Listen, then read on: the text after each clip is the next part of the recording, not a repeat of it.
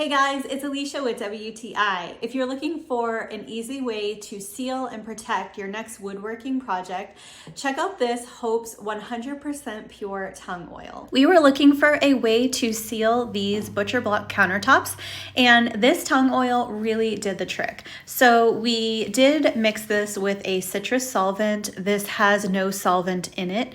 It is just the tung oil itself. So it's very simple to use, whether you have it with a solvent or not. You simply wipe it on and then wipe off the excess, and a little really goes a long way. We have a 128 ounce jar, and we did not need very much of it at all for all 4 of these countertop slabs. It really does spread nice and thin. So the great thing about this tung oil is that it really penetrates into the wood to give it a waterproof seal. So it's perfect for something like a countertop that would be exposed to moisture, and this is going to really help it last and really just brings out that natural beauty of the wood grain.